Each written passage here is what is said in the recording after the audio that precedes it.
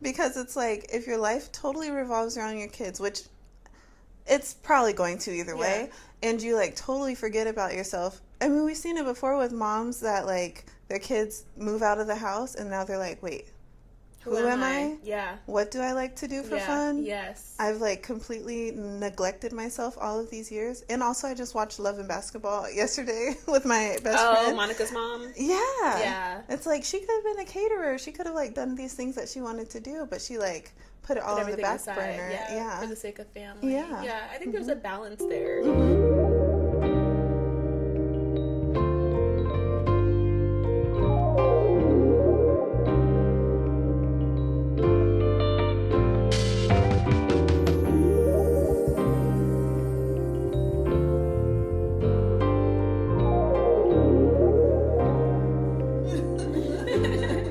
Okay, so the microphones, you can like swivel them, you can bring them like down like this, up like this, like you can just kind of like, you know, get it however you need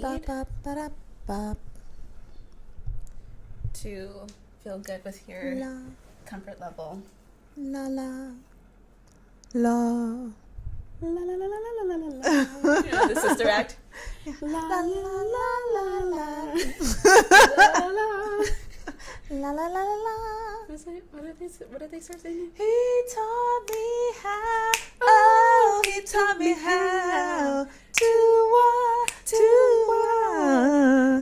fight and pray, fight and pray. Oh, happy day. Oh, happy day. Oh, happy day. Oh, happy day. When he walked, when Jesus walked, he wiped my sins away. Oh my God. It started off so bad, and then it got good. It got a little rocky, but you saved it. Screaming. Okay, that was so good. We're actually professional singers as well. Listen, I really wish I was born with the gift of singing. It would make me so happy. I would never shut up. Like, yeah, me too. Man. Hey, you ready? Yeah. All right. Here we go. Hi, everyone, and welcome to a new episode of Unlearning Motherhood. I'm here with Sierra. Cues applause. Cues the woo. Like all of that. Yeah. Yes, cues all of that. Sierra is so cool. I say that about all my friends, but it's true. I only have cool friends. Period. Thank you. Yeah, and it's so funny how we met, actually. So I'll let Sierra tell you guys a little bit about herself, give a little intro, and then we'll get into that. Okay. Yeah. Okay. So we actually met. It's funny. We were at the Pearl Farmers Market. Yeah. And our kids were with us, you know. I saw her, but I was like, oh my gosh. And I saw her. She's so beautiful. And I thought the same. And she was like, hey, you want to like come over and the kids can play or whatever? I was like, yeah. Oh my God, she noticed me. And Shut up. Duh. What do you mean? Of course I noticed you. Thank you. So from my perspective, other POV, we're at the Pearl. It's hot as balls outside. It was hot. So hot, and it's so hard to get a table with like a shade with like that umbrella. An umbrella, yeah, exactly. And I got one miraculously. Period. Yeah, and it's rare. And I usually don't talk to people out and about. People might think that I'm like an extrovert, but I'm really not. I'm really not very extroverted. I can be if I need to, but if I'm just like out and about, like just private time, like I'm not working, I usually will not talk to people. But I saw this beautiful goddess of a woman. That's you, girl. That was you, just a few yards away. And she had her kids, and I was like, I want to see if she wants to come sit with us. And I did, and she was like, yeah. And then we talked, and then somehow we realized that we follow each other on Instagram, but we don't know how we have no idea how we met at first. We still don't know. It's divine. Yeah, it is. Yeah. It so is. I mean, we would have found each other anyways, because hence the Pearl. Yeah. Yeah. So, mother of two, and then just tell us like who you are, what you're about. Okay. Who are you outside of being a mother? Because I feel like you're so good at that. Oh, thank you. You're so good at that. Oh my gosh, thank you. Okay, well, my name is Sierra. Why is the first thing I want to say? I have an 8-year-old and a 3-year-old. Because that's usually how we like identify ourselves once we become a parent. Mm-hmm. Yeah. They, consume most of my life. Yeah. Outside of that, I enjoy music. Like, I'm a wannabe singer, so I've been like dabbling into singing and songwriting a little bit more. Thank you. You are a singer. You. Did y'all not just hear the song? No, I'm kidding. Don't listen to that one, y'all. No, but she's so talented. She's so talented. Thank you. I love running. That's like my thing right now. Yeah. I'm training for a marathon. I'm like pretty close to nailing down which marathon I want to do. Oh, there's options. Yeah. Okay. Mm-hmm. There's options, hunty. Yes. Might be the marathon in Marathon, Texas. Oh, there's a place called Marathon, Texas. It's like near Big Bend. Yeah, but because it's in Big Bend. Yeah, it's in October, so it'll be like a little bit cooler, but. Love that for you. I will not be going. Like that is your story, queen. Yeah. I might go to like have a sign to like cheer you on, but I'm gonna have like the whole setup, like a Mister over here or Mister over there, the hat with the fans, like everything. Not the hat with the fans. Yes, the whole nine. Yes. The whole nine. I love that, but that's what I'm doing right now. I love health and fitness and nutrition, all that kind of stuff. That's like what I do for my job too. I'm a health coach. Woohoo! And other than that, I'm just, a being walking planet Earth. Yeah. Yeah. Okay, so today's topic is actually, let's see, what do we have here? Because I feel like I also kind of deal with this too, like our complex relationship with motherhood, because it is a very complex, kind of situation, and how, to find your autonomy with being a mother, which I feel like is so hard in the beginning, because so much of you is like devoted to like your children. You're always devoted to your children, but something that I just really admire about you is that like you're so unapologetic about just like spending your like just having your alone time. You know what I mean? And it's like you're still with your kiddos, you're still spending so much time with them, you love them, they love you, but it's like you're also just very like, I gotta do this for me. I literally have to. Yeah. Like the way my mental health is set up, I deal with depression and some other things as well going on, but I have to, like, anytime there's been like a few very, not that often, but every now and then I'll get challenged by someone like very close to me, like, oh, why are you like spending, you spend a lot of time, by yourself. Like, I have to. I'm like totally unapologetic about that, and it's like radical self-care, because if I don't, it's like that's something that makes me excited to like be on Earth. This is gonna get a little dark, guys. No. But it's like I have to. Yeah. Or else like it might not. I need to be here. I need to be here for my kids. Yes. So having that time to myself, which is really like when you add it up, it's really not that much time. It's really not. Yeah. But having to have that time to myself is like important, because I've been in places like so dark and so low before, and sometimes it'll try to creep back up on me. And when I start feeling that, I'm like, no, I made a vow to myself that I'm not gonna go there. I'm not gonna go there anymore, especially not for like no reason. Like for mom guilt. Yeah, for mom guilt. I'm not doing that. No, it's not worth it. So yeah, I literally feel like I have to. Yeah. Okay, so I remember, like, first of all, I think that's so commendable. I think it's, like, extremely taboo, of course, for, to see a mom who puts herself, would you say you put yourself first? Almost. Yeah. Working on it. Yeah. That's the goal. That's the goal. Yeah. Yeah. I feel like even when I think about, like, me and Sasha, I put her first, but I also put myself first at the same time. Yes. I don't think it's like ever like one above the other. Like it might even just like flip a little bit depending on like what it is. I also have like the privilege of having breaks from Sasha because she goes with her dad. Yeah. You know, so that's also something that I feel like a lot of people don't realize is that like when you are just like a full-time mom, I'm kind of like a part-time mom. It's weird to say. Like technically, time-wise, I'm a part-time mom. But she's always there. Yes, you know. always. Yeah, like I literally created and birthed a child, you know, but the reality is that she spends half her time with her dad. Do I think about her during that time?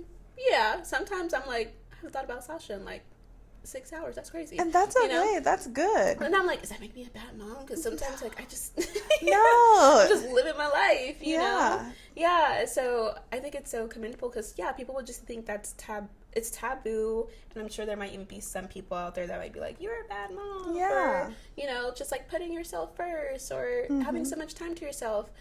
But I think it's great. I think more people should do that. I think so too, because I think those are things that actually would make motherhood more enjoyable. Because it's like if your life totally revolves around your kids, which it's probably going to either way, and you like totally forget about yourself. I mean, we've seen it before with moms that like their kids move out of the house and now they're like, wait, who am I? Yeah. What do I like to do for fun? Yes. I've like completely neglected myself all of these years. And also I just watched Love and Basketball yesterday with my best friend. Oh, Monica's mom? Yeah.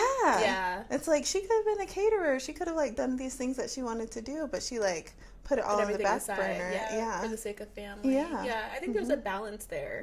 But then there's also just like the very like raw, honest truth, which is your truth, which is that like you don't like motherhood. I don't. Yeah. I don't. Yeah. It kind of sucks. Yeah. Well, it mostly sucks. I feel like I always have to put this disclaimer out there, like, I love my kids, which I do. I love them very deeply, and I know that they love me as well. And it's like, it's that, if you're a mom, you probably know, that deep, like, I can't even explain why I love these people so much. I think they're beautiful and they have such great personalities, and as they get older, their personality funny. I've only met them that one time when we met.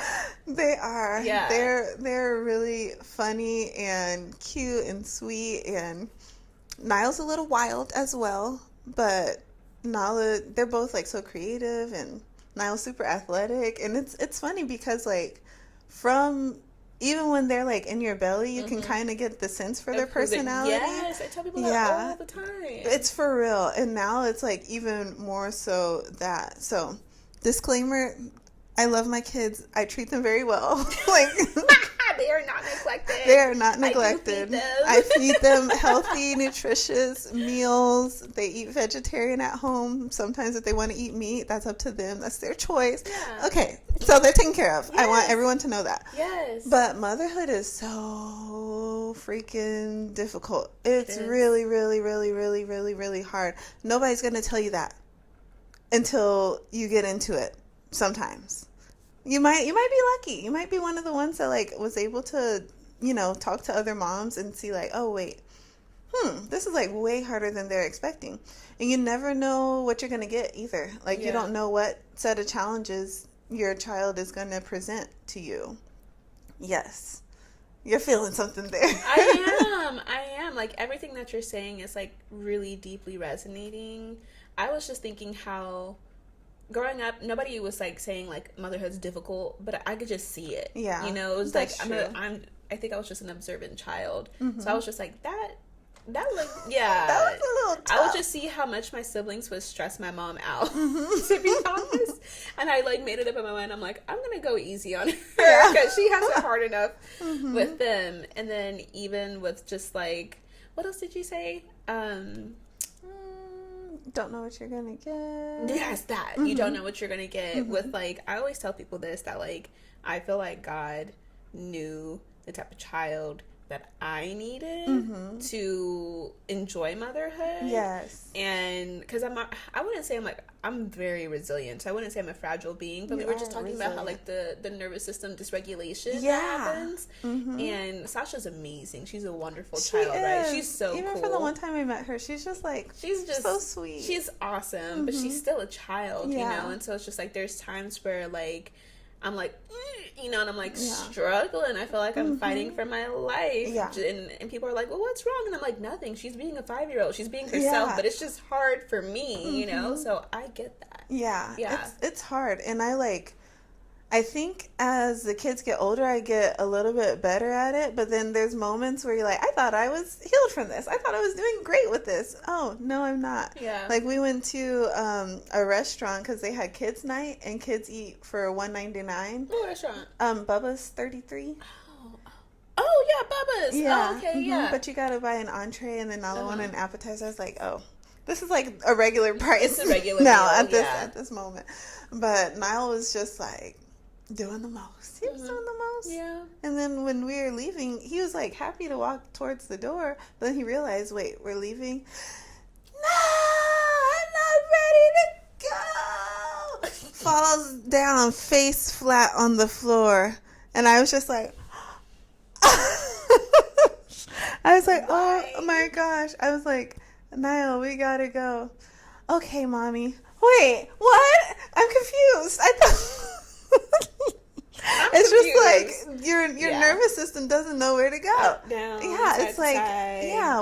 what is going on? So that's really, really hard to do. And then like another thing with like you don't know what you're really gonna get with like your children. With Nala, I felt kind of like you feel with Sasha. Like, oh, okay, this. God knew. She's so easygoing. She's super chill. She's amazing. And then I got unexpectedly pregnant with Niall. And like a lot of my fears and a lot of the reasons why initially I only wanted to have one child.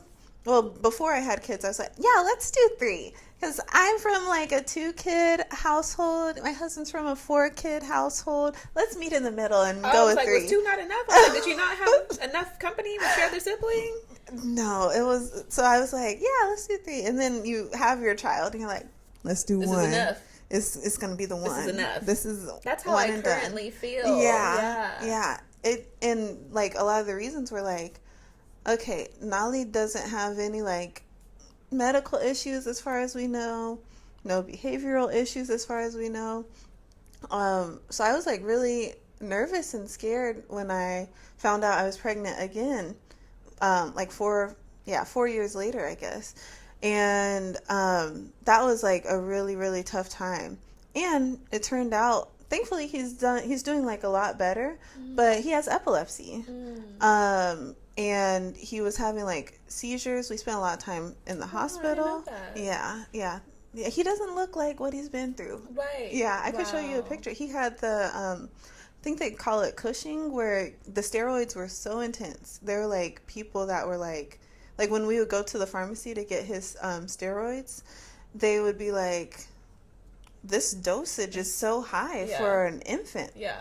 And we were like, and we would call the neurologist, hey, is this right? And they're like, that's right. Yeah. So, he was like, he was huge. He was so cute. Like, he's always been like so cute and sweet.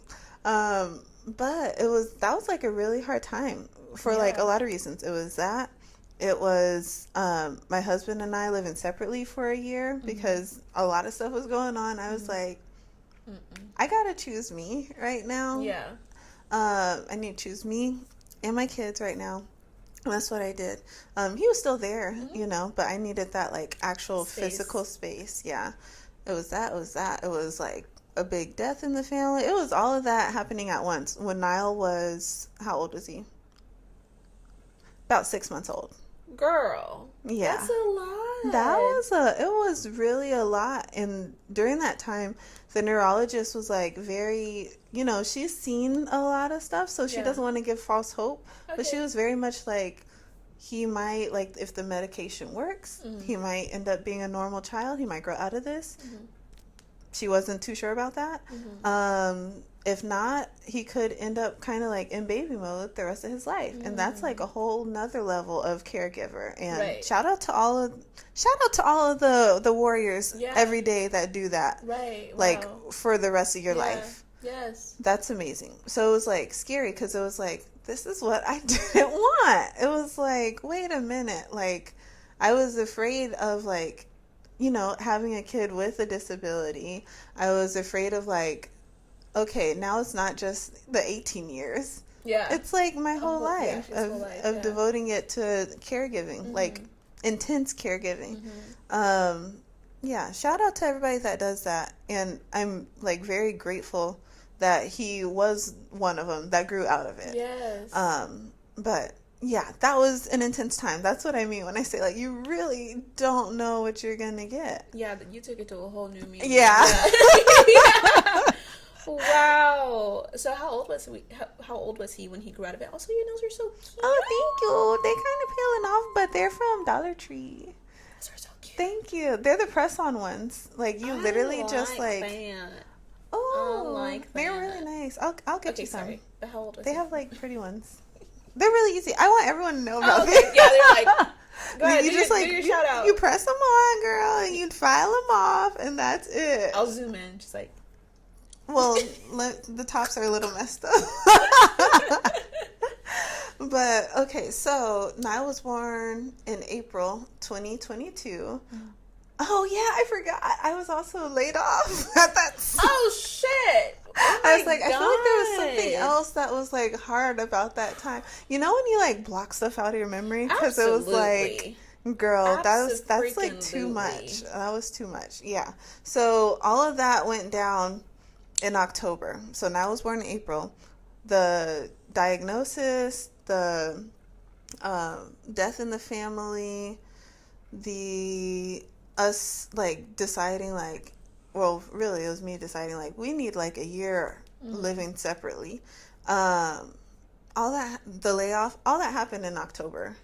Like we officially moved separately like in whenever our lease was up. I want to say it was like maybe February. Yeah, I think it was like February.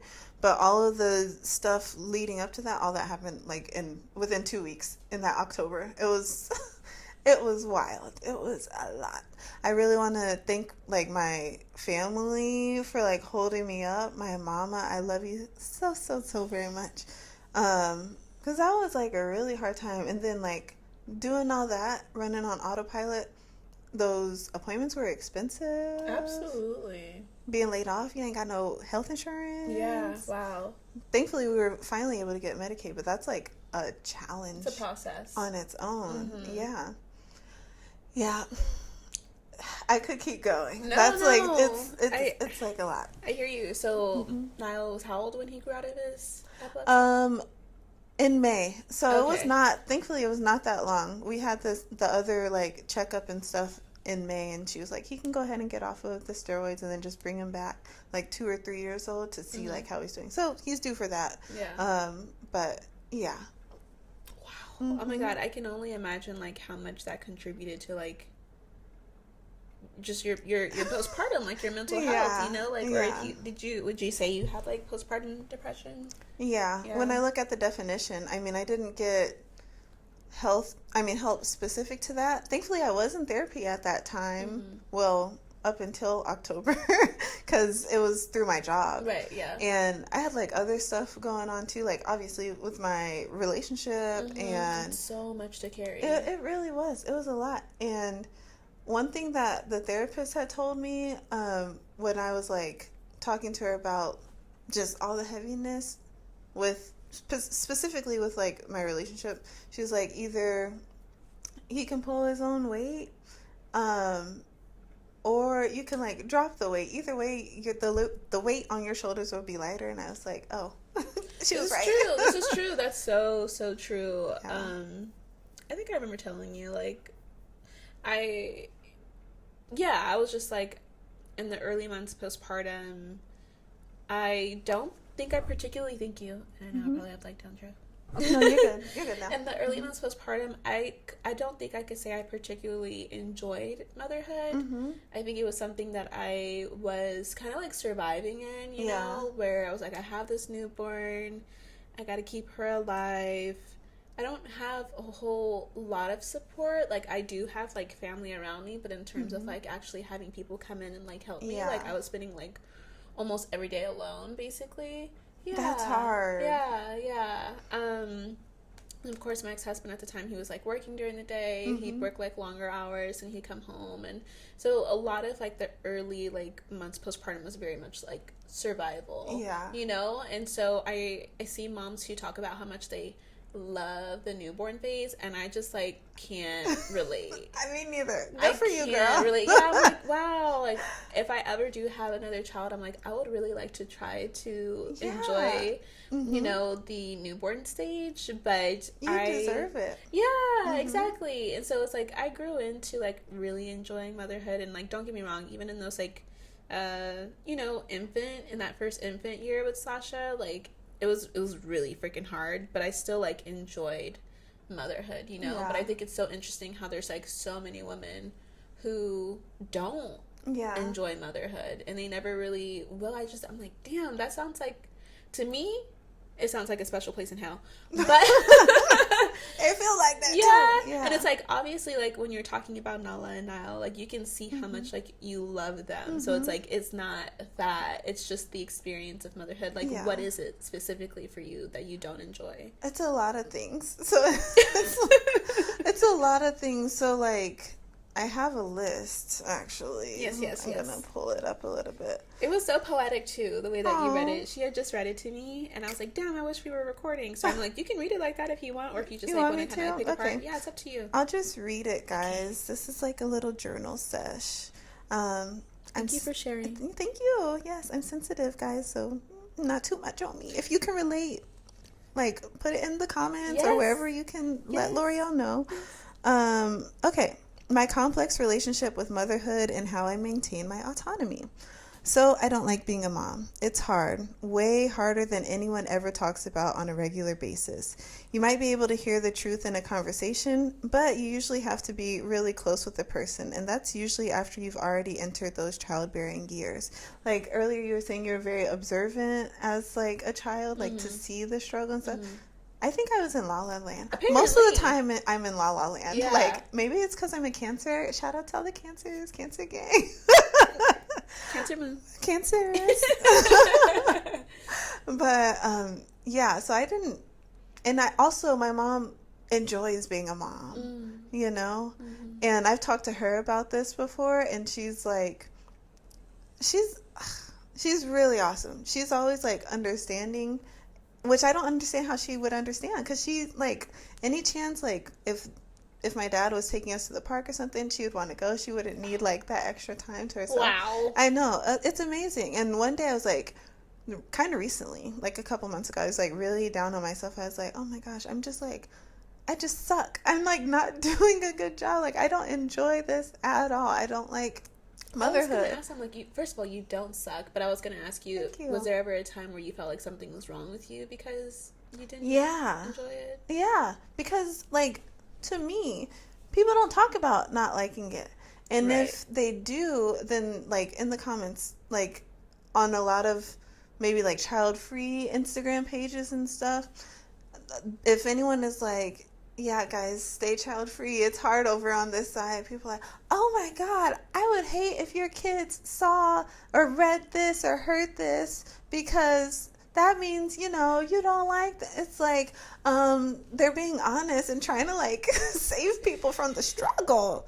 They're doing God's work.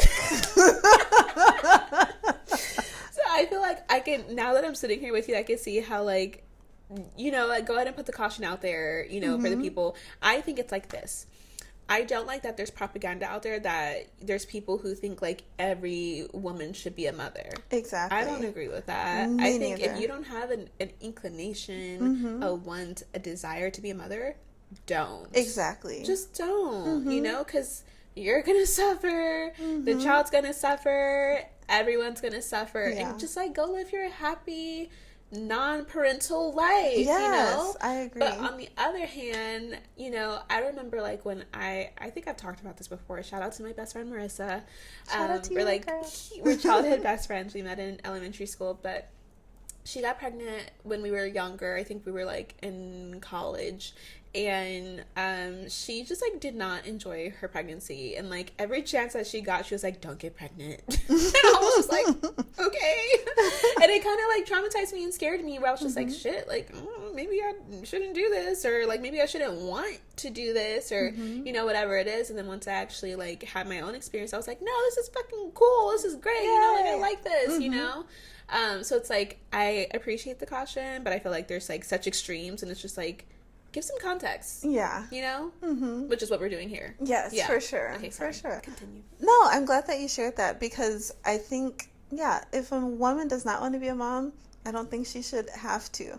I also think, this is another personal thing, like from societal pressure, it's like, if you get pregnant, you like have to go through with it, even though that's not true, guys. You don't. There are options out there, but there's like there's just so much around that would like guilt you into doing things that you might not really want to do. Yeah. Yeah. I don't actually desire. Yeah. Yeah. But either way, you like make your choice, and then you just gotta go forward with it. Like, yeah, because once it's set in motion. Once it's set in motion, yeah, it's moving. You know what? I'll tell you about this one time where I was really struggling with motherhood. And it's something that I feel like, one, how radical I am, and like my honesty with how I feel about motherhood in general, even though I typically do enjoy the experience. I think even some people might look at me and be like, damn girl, like that's too honest, you know, like, because I really be beefing with my 5-year-old sometimes. Like we really just be we just really be beefing sometimes. But there was a time when Sasha was like, I would say she was probably like 2 years old, one going on 2, or maybe like 2, just 2. And motherhood was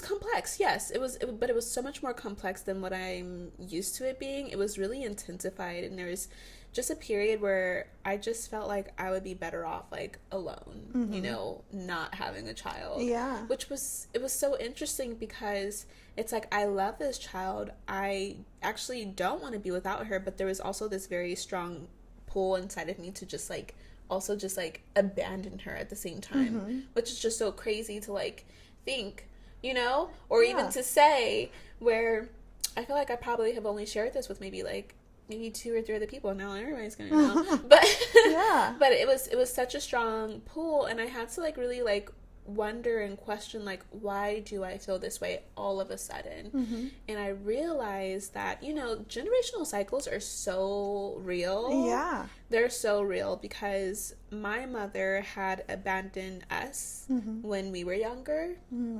I don't know what age I was, but I know I was pretty young. I was pretty small. And then her mother abandoned her, I think, when she was about 4 or 5. And then my grandmother's mother abandoned her, I think, just by way of like dying, but at a very young age. And so it's like there's this like 3 generational cycle going on, trying to make its way onto the 4th generation, and I'm like, yeah, you know. So it's just like, even though, you know, life was like, you know, it was hard at that time. I'm like constantly doing like shadow work and trying to figure out like what parts of my life I can like clean up or make better, or what cycles I can end. And in that time in my life, it was that cycle. But it was so hard, because it was just like everything in me just wanted to like leave this child. Yeah. But there was also a part of me that was just like, no, like that doesn't make any sense. You love this child, you want to be with this child. But I think I was in such a place of I was just not okay. Yeah. I feel like there's only been so many few times in my adult life where I just haven't been okay, and I was one of them, where people would be like, are you okay? And I'm like, no, I need help. And you know that meme where it's like black women are like, I'm not okay, and people are just like, high five, like, you're doing great. Oh my god. Keep going. You're like, I'm drowning. And you're like, you're good. You got and it's just this. like, no, like, we I'm need not help. good right now. Yeah. Like, I need help. Yeah, and I just didn't have any. And so I think that was a part of like wanting to, or not wanting to, but having that like intense pull, urge. to like to leave her. And I just had to like work through it, journal through it, cry through it, like just all the things. And once I realized that it wasn't actually me who wanted to like leave her, but it was like this generational cycle that's been in my family, it was so much easier to like just do away with it. But yeah, that was really crazy. Wow, we got a generational cycle breaker right here. No, because you don't realize how much courage that takes to say, okay, I see the way this has been done all of these years. all these decades, like maybe even centuries, because our family history, we can only trace back so far. Yeah.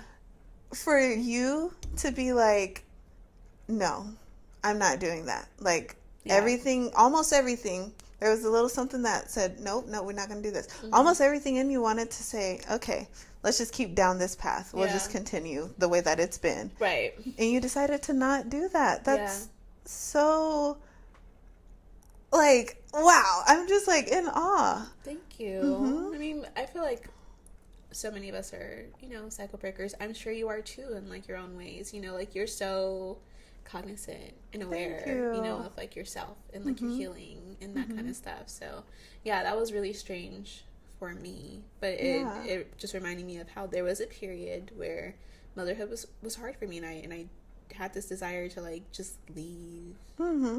Just go. You're not the only one, because I've looked it up before. Yeah? Yeah, and I think Nala might have been around that same age. Like, there's something in that age where it's like, ooh, I don't know if I can do this. Interesting. Yeah, and I watched a video about, like, moms that did decide to, like, just leave. Go. Yeah. And most of them were, like, happy with their choice. They're like, I think my kid is better off without me in their life. Yeah. That's a personal choice. And then I found this other forum for people that had thought about, like, leaving. Yeah. And they're like, yeah, you can leave. Like, you have a choice. And then if you decide not to, that's your choice. Like, you don't have to. It gave me a weird sense of, like, freedom. Because it was like, I'm choosing to be here. And I can choose to make the most out of it, even though, like, with mental health issues, with, like, other issues that are going on too all the time, it's like, it's hard, but, like, at the end of the day, I'm choosing to be here. Like, these are my chosen life circumstances, you know? So, yeah, I'm really proud of you for, like, making the choice that's best for you, but also, like, I think you're such an example to Sasha, where it's like, okay, I've seen my mom. I know that she's been through a lot with motherhood and stuff.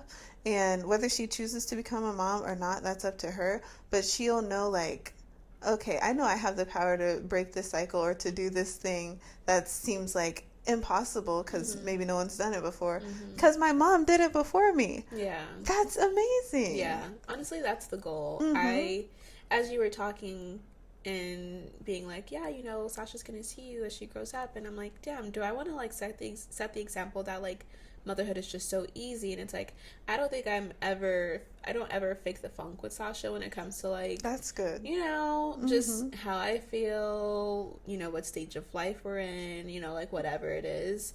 I do want her to know that I overall enjoy the experience. Like, I love being her mother. Like, it's really cool. I wouldn't trade it for the world, actually. Like, it's amazing. But did we have rough times? Sure. I think that's just, like, a part of life. Like, where it's like, when you were 2, you were an asshole. But you were 2.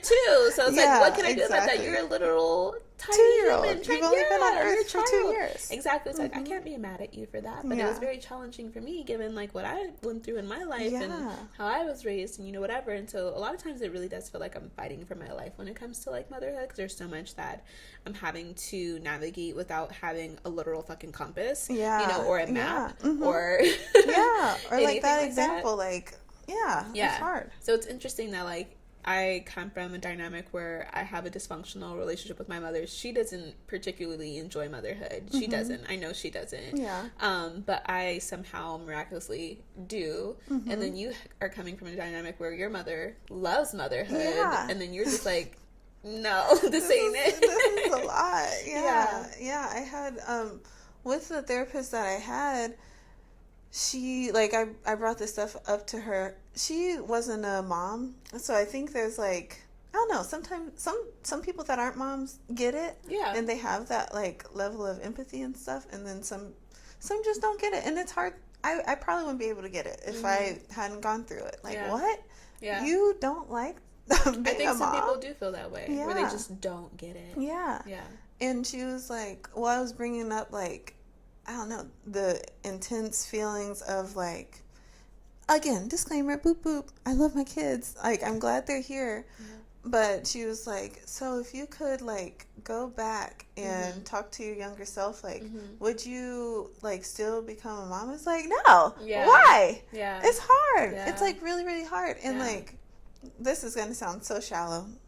We're being open and honest We here. are. One of my core values in life is fun. And it's like there's a lot of fun happens in unexpected ways with the kids, because they're just so hilarious. Fun. Yeah, exactly. And they're really fun. So shout out to God for that, because actually that's a win. Yeah. But like as far as like doing some fun things for myself, it's like I have to kind of go out of my way to do that. So I was like, no. And she was like shocked. And she was like, you wouldn't be a mom again? No. It's like if I knew my kids were like safe and okay and like healthy and happy, and like I didn't have to be the one to like carry this huge burden, nah, give it to someone else. That's real. That's so real. It is. It's like, ooh, it's too real. But I know I'm not the only person that feels like this. And if you don't feel like this, well, that's okay. That's good. Good for you. It's perspective. Yeah. It is. Everyone has a different relationship with motherhood, and you don't know. You might think like, oh, I'm gonna love being a mom. I thought that. Yeah. You might not like it as much. And I think another thing too that like plays into it is the age you are when you have kids. I've noticed that, because I've noticed a lot of moms that have kids in their like 30s or 40s or even their late 20s love it. Yeah. They love it. Yeah, it like, they've had time. They've had their time. And I feel like it adds, or they feel like it adds like a lot of purpose and fulfillment to their life. And I think in some ways it does that automatically. But how old was I? When I had Nala, I was 22, I think. 22, 23. Math isn't like my strong suit. 8 years ago. I had it 8 years ago. And, and it was hard, because it's like, oh, wait, now I have this child, but I'm realizing my old dream of like wanting to travel the world, which I still find a way to do, thankfully, but not as often. Yeah, exactly. Yeah, like some of these things that I've like wanted to do is like harder to do it now. It's still possible. Anything is possible. Yeah, but it is like harder to do, and you have more like barriers and hurdles to jump over, like in the physical world, but also like mentally as well. Yeah. Absolutely. Yeah. Okay, so you were like 22. I think I was 22 when I got pregnant. I was 23 when I gave birth to Sasha. And I'm trying to think. There's women who are just like, they know that they were born to like be mothers, and I'm like, wow, that's interesting. Yeah. I never had that kind of desire for motherhood. I knew at some point I did want kids. I knew that I wanted kids even earlier than when I had kids. I think it would have been harder, you know, to have Sasha earlier. But I think of like, she's really like just enriched my life, you know, like that's my experience with having her, that I would absolutely be a totally different person, but I don't know if I would be a person, like, I don't know if I would be a better person than what I am now. You know what I mean? So it's like, for you, and I don't know when it changed for you, because right now I know you to be like so radical and like just doing what feels good for you and taking the time for yourself. Like, I'm like, damn, I don't know if I would, there's so much guilt. Yeah. I get to do the things that you do, but because I have time away from her when she's with her dad. Yeah. But there's people, you know, who are full-time moms who that would probably make them feel so selfish. But also, is selfish a bad thing? Like, by definition? I feel like there's a level of selfishness that humans have to have, like, just to survive. Because imagine, if you're, like, completely selfless, will you eat? Like, will you shower? Will you do, like, the basic stuff? Yeah, so I think, maybe that's another thing to think about, too. Like, maybe selfishness isn't always bad. Yeah, maybe it's not an inherently bad trait, but it's like how far you go with it. Yeah, and exactly. How much you maybe don't consider other people, or how much you can balance being selfless with being selfish. Yeah. And it's like, I wouldn't say that I ever compromise my needs and my desires for Sasha, I mean, I think in some ways, like, it just has to, but when I have the chance to, like, just do both, to, like, I'm happy and she's happy, like, I'm gonna take that opportunity. Yeah. You know? That goes a long way. That goes a long way. Yeah. There's something I was gonna say. What was it? I don't know, Mike. You could finish your poem if you'd like. I'm calling it a poem because it was so beautiful. Thank you. Okay. So poetic. Let's get back into it. Let's see. Okay. Okay.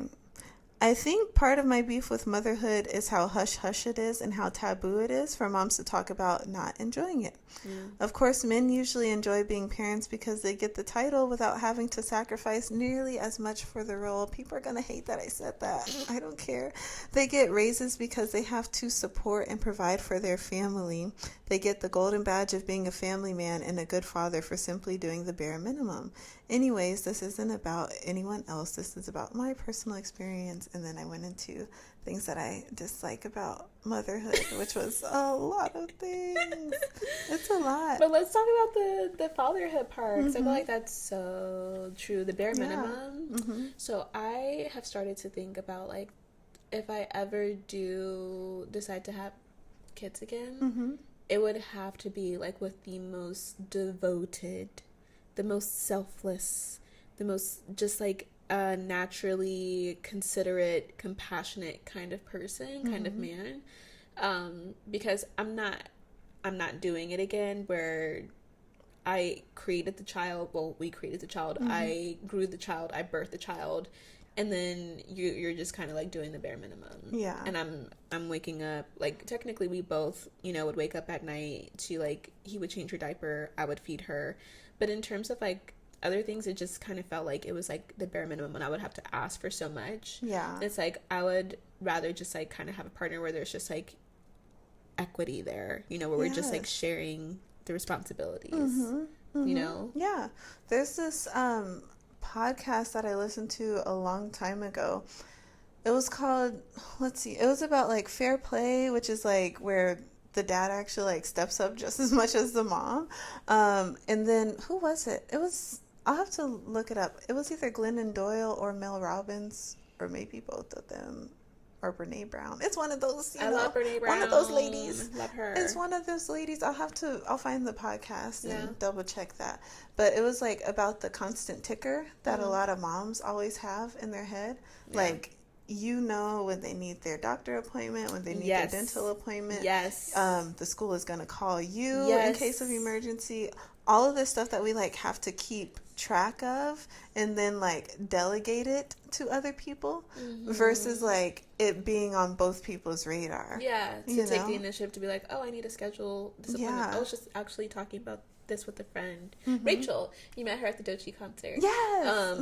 She has such a phenomenal husband where he, like, quite literally, like, shares the load, where I think she had mentioned that one of the kids, he had set up a dentist appointment for one of the kids, and she's like, hey, like, I have this dentist appointment on my calendar, like, what happened? And he was like, oh, like, I noticed that this was going on with one of the kids, so I scheduled something. I'm like, oh, wow, that's amazing. Amazing. Or I get so happy when I'm, like, out at the park with Sasha, like, playground.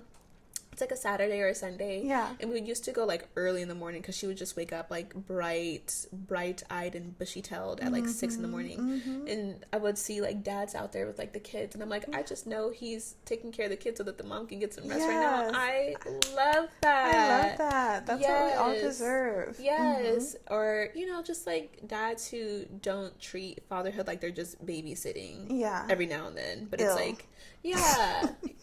I do feel like we're seeing, like, a shift and a change, but I feel like that's just something that I wasn't, like, like you had said before, you had said that, when you think you're ready, you know, to have kids, but you're really not ready. You're not, yeah, and you don't know until you, like, sometimes you don't know until you get into it. Like, you can prepare all you want to and, like, read all the books and everything, but, like, nothing is a manual for you and your child and how you guys will, like, communicate together. So true. Yeah, but I'm happy for Rachel. Go, girl. Oh, yeah. Yes, and also you deserve that, too, like, that level of, like you were saying, devotion and how selfless they are. Because, like, for it to feel fair at all to us, I feel like they have to be like that. Yeah, I'm not settling until I get it. Yeah. It's just not happening. Another It's baby not will worth not it. come out of my vagina. Yeah. Until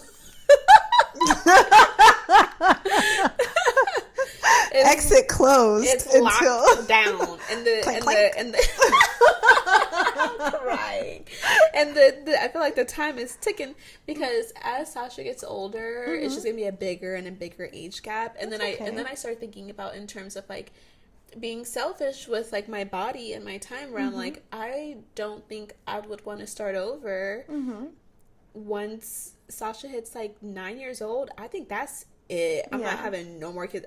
I'm not trying to start over when she's like 9-10 years old. So I got 3 more years to find a potential suitor that is worthy of putting a seed in my womb.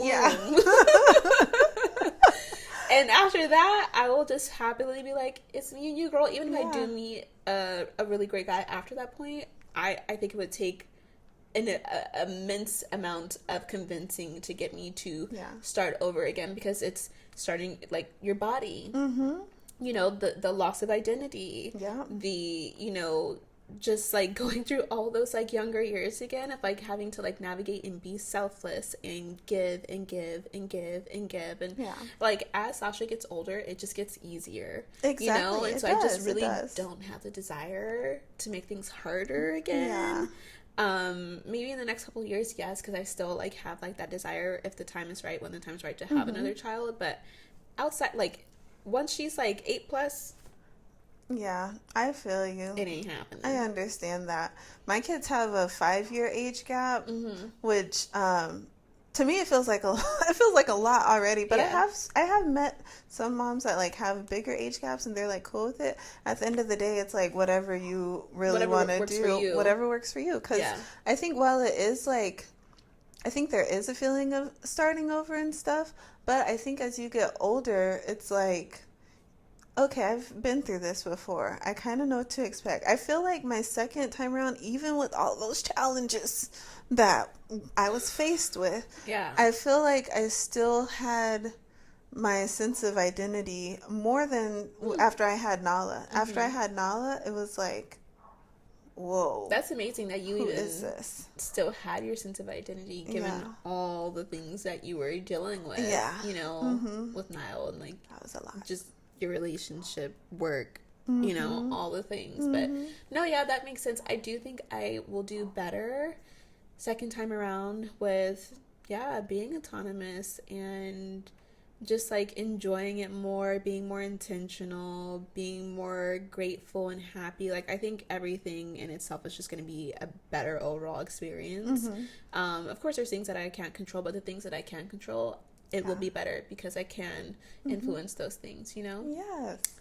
Yeah, that's beautiful. I think it's important to like stay autonomous even as moms, because it's hard to, and I think it's like the opposite of what it's changing now, I think, but what society has like looked at moms as, like, oh, you know, you're the person at home, which it's okay if you're at home, but if you like to be at home, you know, you're the person at home taking care of so many things, and you like have a little smile on your face, yay, woohoo, this is the only thing that you ever want to do, like with your whole life.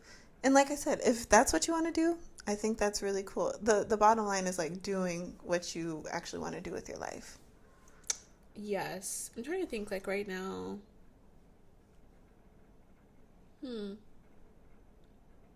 Yeah, well, no, I don't feel like I'm really restricted in a lot of ways. I don't think I've ever really felt restricted in terms of like remaining autonomous. I feel like that was just kind of like a non-negotiable for me in some way or some fashion, you know, and I did it by any means necessary. Which I also feel like you do. I think that's why I admire it so much in you, because I'm like, I see that and you just do it so well, and I'm like, I hope I'm like Sierra when Sasha's like, you know. You already are. Look at you. You got a podcast, girl. You make time for your friends and your social life. You make time for yourself. You make a lot of time for Sasha. Like, you make time for the things that you enjoy in life. And that's huge. Yeah. I hope it just gets better and better. It is. Better. It is. Ashe. Yes. Okay. So let's see. What are the things that you like about motherhood? You're like, there's only like 3. Yeah, there's only like 3. Like, guys, I didn't read the whole list of things that I didn't like, and you're welcome to get into it. I won't interrupt. You can just like go. Oh my gosh, it's a lot, guys. But I'm doing this in transparency. Yeah. So maybe another mom out there can see themselves as well, because I don't feel like I did for a while until I really started like seeking it out. And also, if you're like thinking about it, but you're like, what are the pros and cons? I'm gonna tell you the cons, girl. I'll tell you the pros too, but okay. Okay, what do I dislike about motherhood? It wasn't the original vision that I had for my life, because I was going to be like the rich auntie, traveling the world, you know, focusing on my career and my money. No, what were you going to say? No, I'm curious though. I was going to say, like, I had an idea, like, when I became a mom, because I feel like I was giving rich auntie before I became a mom. You still do, period. Right. Thank you. That's what I was going to say to you. I'm like, you can still be rich auntie, even though you're a mom too. Yes. Like, you can do both. Thank you. I appreciate that. Even with the good partner, like, there's so many things that Earl does well. Like, he's been there this whole time. He has no desire to, like, not be in his kid's life, even though there's been moments where, like we just talked about, where I have. Yeah. He's like, well, I can, you know, I'll take care of them. So thankfully we didn't get like all the way through that, you know, but there's a lot of ways that he's a really good partner.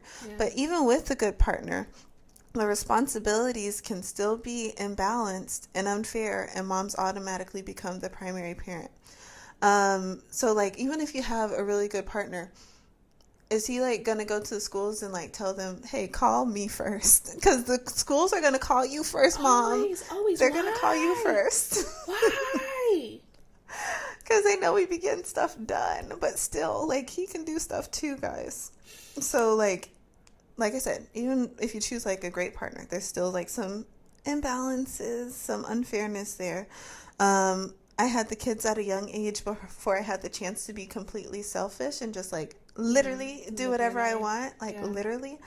I harbor feelings of resentment toward my partner because he said he was ready for marriage and kids. In reality, neither of us really were at 21 years old, 22 years old. Like, who is for real? Like, be so for real. Yeah. It's very expensive, and poverty isn't fun. Making my dreams come true is harder, and this is a limiting belief. This is like, it just popped out. It's like, that's a limiting belief. Because are there not moms that are like doing everything? I was about to say, yes, you. I was about to say Beyonce. Period. Yes, Queen Bee. But it's true. I like that. It's true. It is a limiting belief. Yeah, I'm so glad. I feel like, I mean, there's more reasons, but I feel like that was the reason why maybe I'm here today. To recognize that. Yeah. I feel like and it's a journey, but I feel like even now, I said I wasn't going to interrupt, but I am. It's a journey, but even now I feel like you're doing so much to just like live your dream life, like in the day to day. I really am. Right? Yeah. Yeah. So yeah, absolutely a limiting belief for sure. Thank you. I appreciate that. Yeah. 'Cause that's something that I've like worked on, like I've been working on.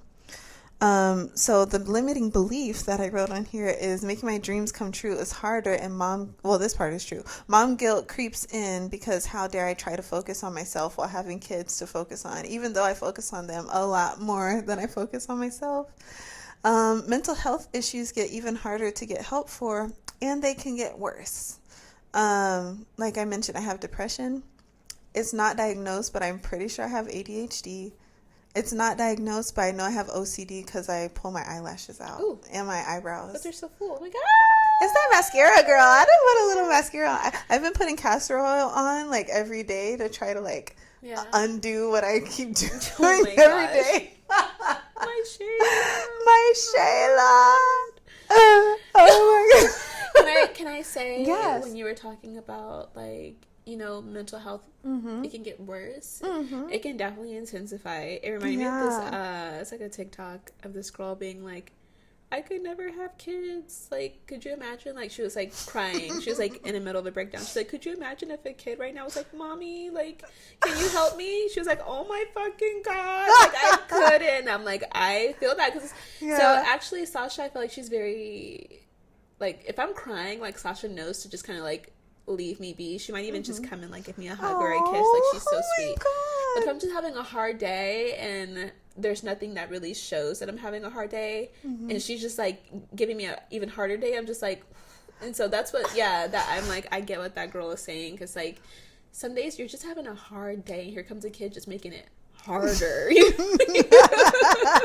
you're just like, just give me a fucking break. Like, I just want to sit here in an existential crisis for like 2 hours for real, or like a whole day. But you can't do that when you have a child. You gotta like, you gotta feed them. Yeah, you gotta schedule it, and you're like, okay, after I took her into bed, there's my crying time. Yes, I'm gonna go in the shower and cry. I'm gonna sit and just be depressed for like 2 hours. You know, like it's true. You just like, you have to. It's in that way. I feel like it's kids first. Like, I'm gonna make sure Sasha's good, and that she's fed, and that she can like go to the playground or the park or you know, like whatever it is, and then at the end of the day, I will have my little minty bee, or sometimes I'll just have it real quick in the corner, and I'm like, sometimes that's all you need. And that's all I'm like, you need. And I'm like, all right, sis, let's go to the playground. Exactly. Yeah. Sometimes I'll just be crying, and I'll be like, Mom, you okay? I'll be like, yeah, actually, yeah. What did you want to eat? But do you ever tell her, like, if you're not okay? Yeah, okay. Yeah. Like, not really, because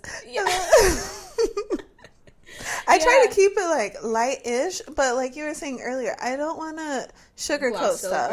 I don't want her to feel like, if she's ever in the same position as me, she has to, like, act like God's strongest soldier. And I can't ever show my emotions. Yeah, there's times when Sasha sees me crying, and I'm like, I'm just a little sad right now, baby. You know, because I just want her to know, like, feel your feels, dude. Like, feel your feels. You don't have to pretend like they're not big or they're not important or, nah, girl, we not.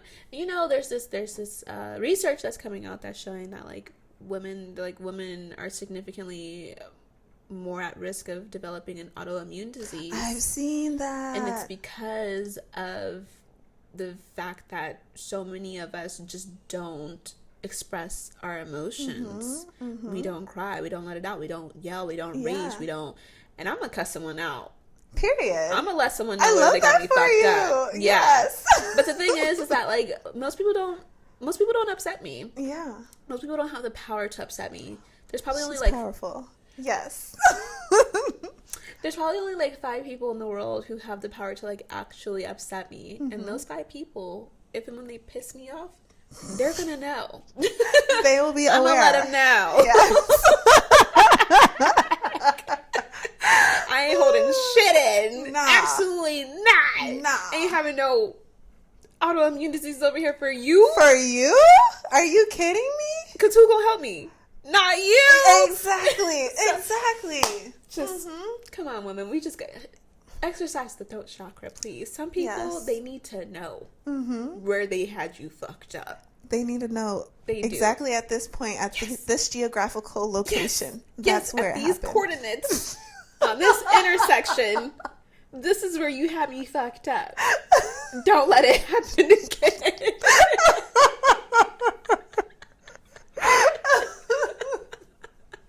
It's so powerful.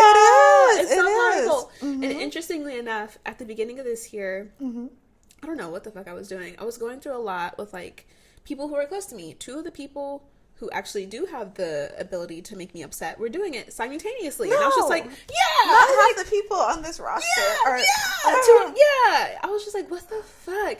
And I think I was so. I don't think a lot of people know this, but I'm a former crash out. You know, like.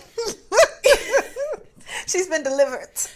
I'm trying, but I'm also learning, like, maybe you just need to crash out. Because it was not serving me. Not crashing out was not serving me. Giving you, like, it gives people autoimmune diseases. That's crash out. Like, just crash out. Heal your nervous system. Heal your body. Crash out. So it's like, and you know, like the term now, it's like crash. Everybody says like, oh, crash out, crash out, crash out. And it's just like somebody having like a little blitz of like an angry moment, and it's like, no. I mean, crash out.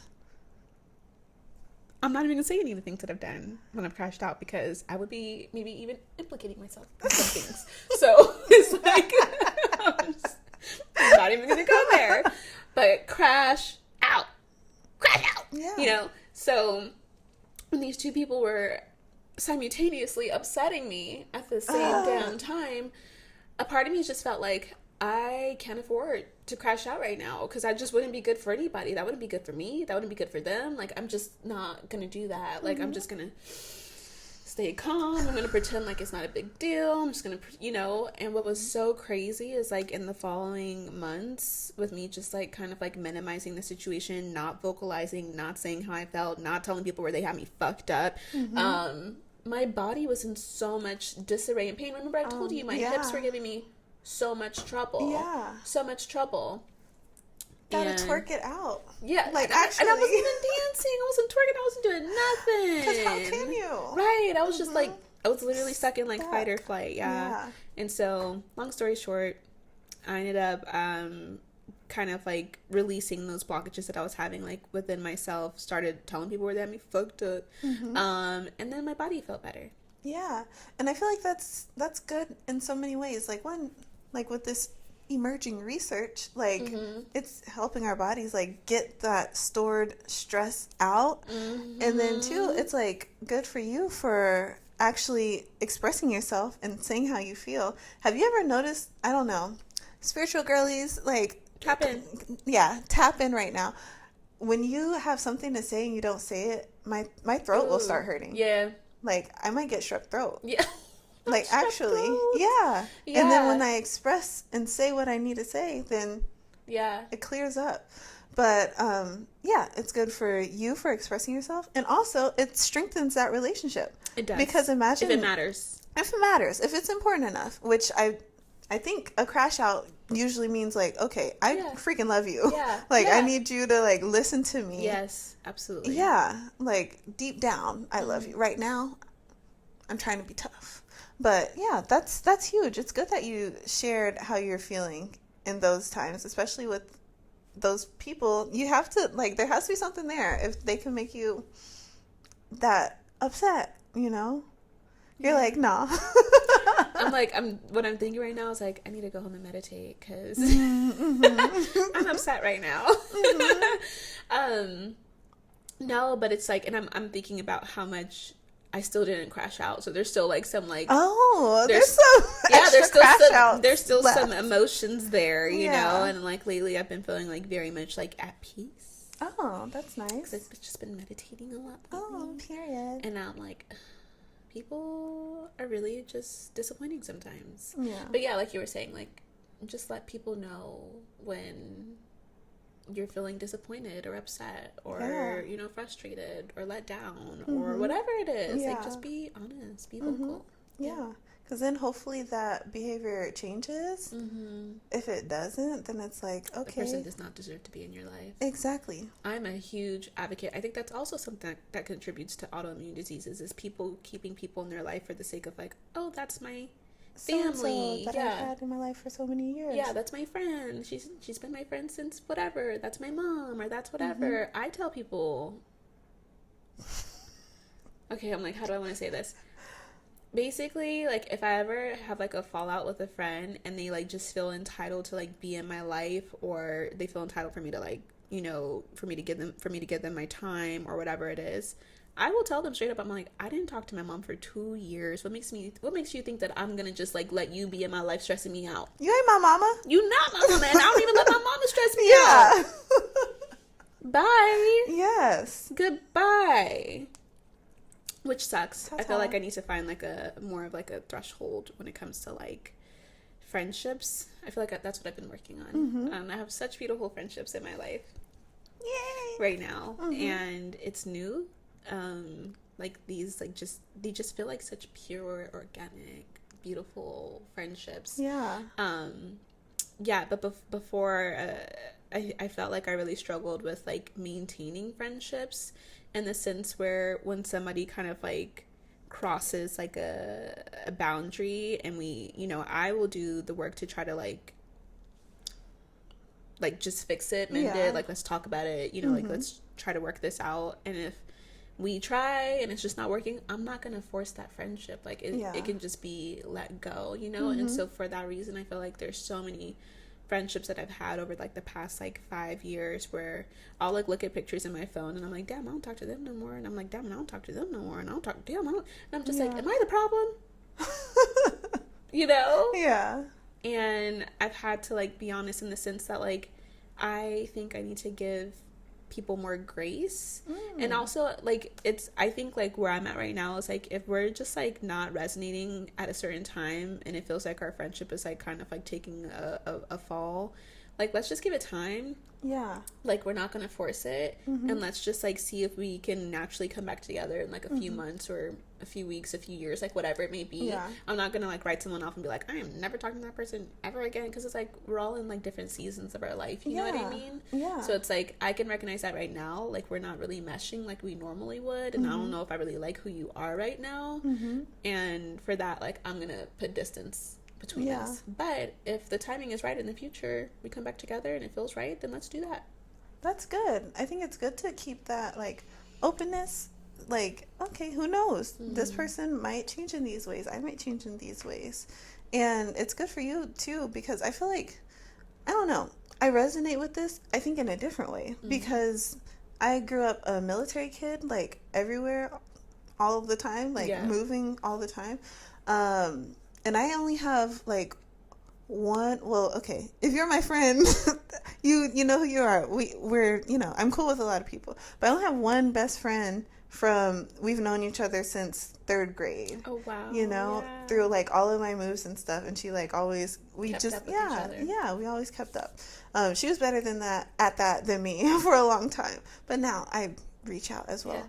So I think part of me is like, I don't know, in my like relationship hierarchy, I feel like it's my relationship with God and my relationship with my family, and then like my, you know, my little family, my Earl, Nala, and Niall, and then my friends. Even though I love having friends, and I noticed how important it is for me to have friends when I was living in Las Vegas for 2 years with zero, like actually no friends. Yeah. It was also during like COVID time, so like I get that as well. It is.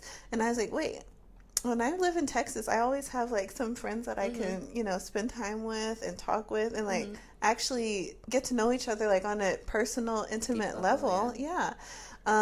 And that's when I realized like how important that is to me. But part of it is still like, I got my family, you know? So I think I've never put as much like intention on like, it in that way. Yeah, I guess so. But I can see how if you do, then yeah, there's some people I might need to cut off, you know, at certain points in time. Yeah. You're like, you're basically like, you're a low maintenance friend. Yes. Very much low.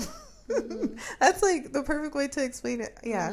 Call me every now and then. Yeah. Text me every now and then. Yeah. That's fine. Yeah. I feel like that's how I am most times, except one of my best friends brought up maybe like a year ago, that it was hurtful that I wasn't giving our friendship the time and attention that she felt like it deserved. And she was right. I wasn't in a place where I was prioritizing friendships, because I traditionally am like just a very low maintenance friend where I just kind of like pop in, pop out, even with my best friends. Like we might have like a period where we're talking like every day, but then we might also have a period where we talk like maybe like once a week or like once every 2 weeks or once a month, you know? And so it's like, to me, I didn't feel like anything was wrong, but when she brought it up to me, I was like, oh shit, okay, that's something that I need to work on. Yeah. So it's like, in that's some probably ways, something like, I need to work on too. Now that you say it. It was like when she had brought it up to me, I was like, damn, like I felt so bad, because you could tell that it was really hurting her. Yeah. I was like, I would never want to hurt you. I'm so sorry. And so it's like I had to like really work at like communicating, because I'm a low maintenance friend. It's just like, I'll talk to you when I talk to you, I'll see you when I see you, I'll text you when you come across my mind, or sometimes I forget, and then like it's been 6 months and I'm like, hey, you know. And it's just like, that's how I am. So I had to like be so intentional after that to basically like put in actual effort Yeah. that I don't think I ever really did before. Yeah. To be like, this relationship is important to me. I want her to know like how much I value and treasure her and how much I love her. So like, let me put in this work to like check in on her, to see how she's doing, to hang out with her, you know, like where normally we would probably just see each other like maybe like once every like 2 to 3 months or something like that. Yeah, that's beautiful. It's great that your friend brought that up to you, and also that you worked on it. And I wonder if that's like a big contributing factor on like how you have flourishing friendships now. I think that did actually help me a lot. I feel like after that, it helped me to be more mindful of how I just wanted my friends to feel loved. I feel like that's something that I was always very insecure about with my friendships, because a few years ago I had a friend who basically said I was a shit friend, and I was like, damn. Yeah. I was like, damn. Yeah. And so after that, I was always just like very cognizant to make sure that I was being a good friend to my friends. I already thought I was, but then I was like, maybe I'm not, you know?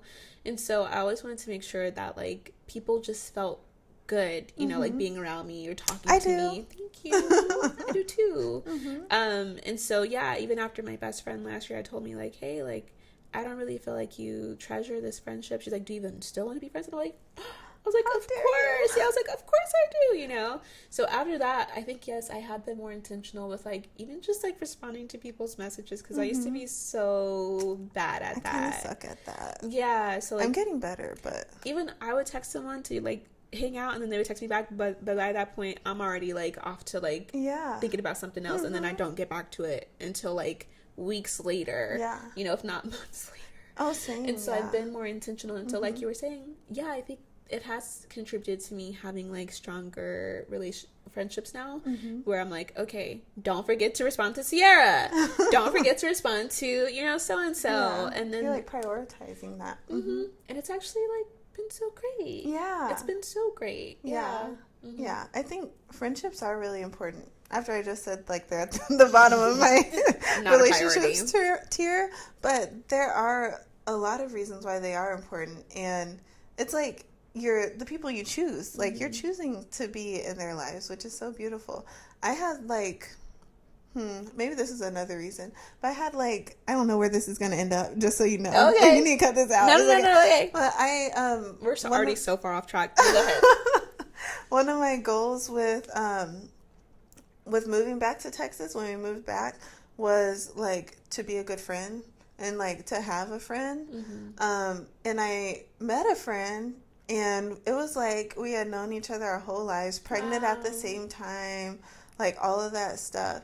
And then like I was in the position that I got cut off. And I don't know why to this day. I don't know for sure, because we didn't like talk about it. We had like seen each other another time, and I was like, if I ever do anything to get on your nerves or that you don't like let me know so I can like fix it. And yeah, because I value this friendship. Yeah. And they were like, okay. But then like after that, I don't know. What I think happened is I was going through all that stuff at that time, and I think I was putting too much on her, like by venting all the time and asking like for help sometimes too. So I think that was like too much, and I think that's why I haven't heard from her in years, even though we live like not that far from each other. Even now? Yeah. Oh shit! Did you message her? No. Okay. Because I have so many times. Okay. You know, to be left on like red. Yeah. Damn. Okay. Never mind. Yeah. Do not message her. Like leave her alone, girl. Yeah. Yeah. So I guess that's why it's like maybe that's another reason why it's like a sensitive topic for me, because like growing up, you know, you move, you never see your friends again. Right. You move, you never see your friends again. Right. With like social media and stuff, like okay, I do see some of my old friends and stuff, but like as far as like my core, like my bestie, that's like the only like very, very, very, very, very close friend where it's like, okay, we know everything about each other. We're gonna talk to each other about like everything. Yeah, so maybe that's why my relationship with like friendship is also, I just got a lot of complex relationships with everything. Yeah, no, but I also resonate, because growing up, I wasn't an army brat or anything like that, but I moved around a lot. And so that's also why like growing up, and even up until recently, like friendships while they were important to me, it wasn't important for me to like stay in contact with people constantly, because I was always meeting new people and moving away and then growing apart from people and then growing closer to other people. It was just like always like kind of this cycle. So I absolutely resonate with that. I think like friendships and sisterhood is always something that I've always like really, really wanted since like becoming a mom. And I don't think beautiful. I was thank you. I don't think I was really able to get it until like really recently, you know, when I really started to put in that work and like really be vulnerable. But so much of what I feel like makes motherhood enjoyable for me are the friendships that I have.